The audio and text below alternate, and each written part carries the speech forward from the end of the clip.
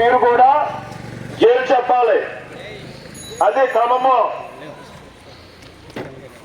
కాబట్టి గమనించండి, జైలు చెప్పేటప్పుడు దేవుని యొక్క సేవకులు ఎన్నిసార్లు అయితే జైలు చెబుతారో మీరు కూడా అన్నిసార్లు జైలు చెప్పాలి. చేపైకెత్తి రైట్.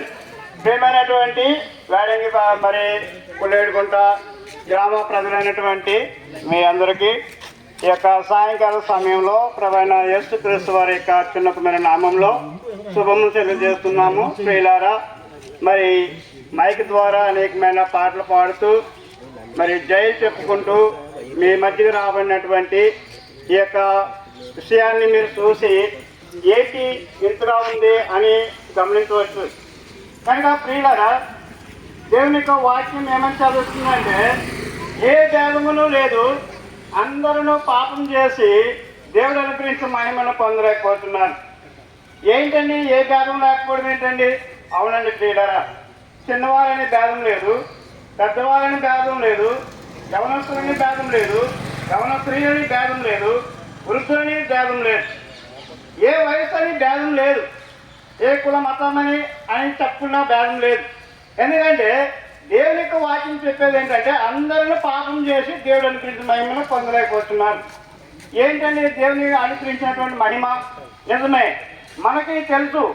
మనము దేవుని యొక్క అనుగ్రహం పొందాలి, లేక దేవుని యొక్క రాజ్యానికి చేరాలి అన్నది మనం ఊహిస్తాం. నేను దేవుని రాజ్యంలో ఉండాలి అనుకుంటాం ఒకప్పుడు మన టైం అయిపోయినప్పుడు ఎప్పుడైనా సరే. కానీ వాక్యంలో చెప్పేది ఏంటంటే, మార్గంలో నిలుసు చూడి మేలు కలిగించే మార్గమును తెలుసుకొని దాంట్లో ప్రవేశించండి. మనం ఒక దారిలో వెళ్ళేటప్పుడు ఆ దారి ఎక్కడ పోతుందని మనకు తెలియనప్పుడు చాలామంది అడుగుతుంటాం దారిలో నిలిచి, అయ్యా ఈ రోడ్డు అంటే మేము ఎక్కడికి వెళ్తాం, లేక ఈ మార్గంలో ఎక్కడికి వెళ్తాం.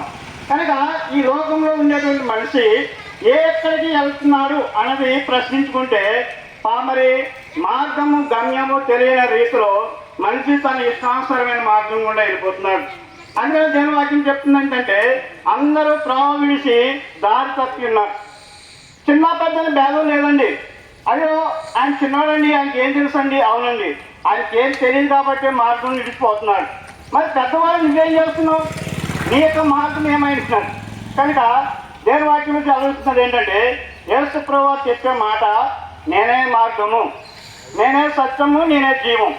జీవం పొందాలంటే నేను కలిగించే మార్గంలో నీవు నడవాలి, సత్యంలో జీవించాలి. అప్పుడే స్వర్గ ద్వారాలకి నీకు ప్రవేశం ఉంటుంది. మరి మోక్షానికి చేరడానికి మార్గము మరి అన్వేషిస్తే ఆ మోక్ష రాజ్యంలో నీవు ప్రవేశిస్తావు. కనుక ఈ లోకంలో మోక్షాన్ని తీసుకెళ్ళిపోయేది ఏది లేదండి. ఎన్ని రకాలైనటువంటి మార్గాలు అన్వేషించినా మరి నువ్వు మోక్షానికి పోలేవు. ఏ మార్గమైనా ఒకటే కదంటండి, అన్నీ అక్కడికి చేరుతాయి. తప్పండి అది. ఏ మార్గమైనా ఎక్కడికి వెళ్ళిపోదు.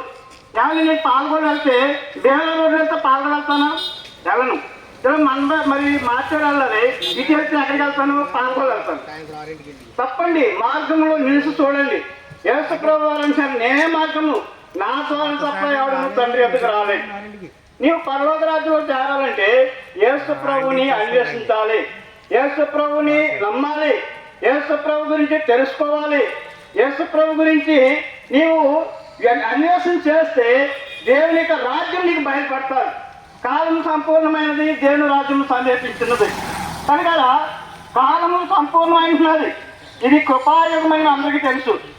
ఈ కాలము సంపూర్ణమైనది కనుకనే దేవుని పిలుస్తున్నాడు. ప్రయాసపడి పాప భారం పడుతున్న సమస్త జనులారా నా యొద్దకు రండి, నేను మీకు విశ్రాంతిని కలుగు చేస్తాను. మనిషికి శాంతి లేదు, సమాధానం లేదు, విశ్రాంతి లేదు. ఏదేదో చేస్తూ ప్రయాసపడుతున్నాడు, ఎన్నెన్నో చేస్తూ ప్రయాసపడుతున్నాడు.